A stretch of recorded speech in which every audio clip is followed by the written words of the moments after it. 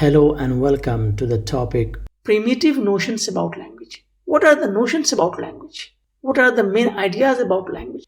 What people since generations, they have been thinking about language. So we are going to discuss about what primitive notions hold about language. What oldest opinions hold about language.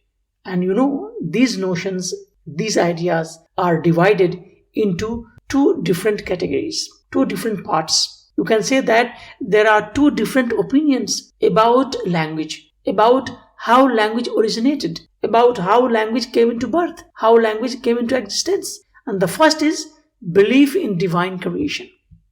And the second is natural evolution hypothesis. Look, belief in divine creation means that there are people who believe that language is the creation of God.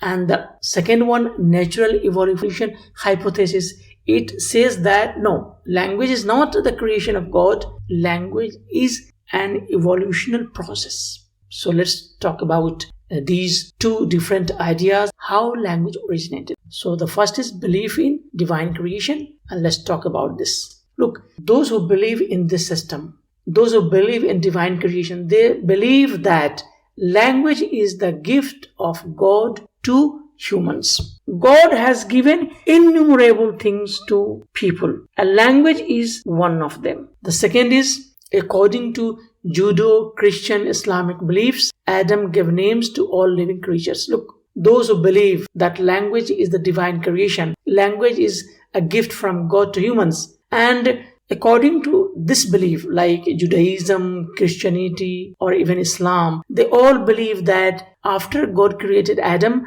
then God also made Adam speak certain words to recognize the objects, to communicate. And therefore, in this sense, language is the creation of God. Then we have another point in this direction, magical properties of language. Believe in special powers of language that help in controlling people, objects, and spirits. There are also people who believe that language has magical properties. It has special powers. If the language is not the creation of God, the language will not have the special powers of influencing others. The language has the power to control people, to control objects, to control spirits. How? Now, for example, if you know magic, if you read certain words, and you can be able to control people, influence people. This special power and magical influence in language, where does it come from? How it happens? It's not by science, it's from God. Unless or until God has not given that special influence, the language cannot have that much effect upon the heart and mind of human beings. Therefore, language is the creation of God. Therefore, language comes from God. This is basically the point about those who believe in divine creation.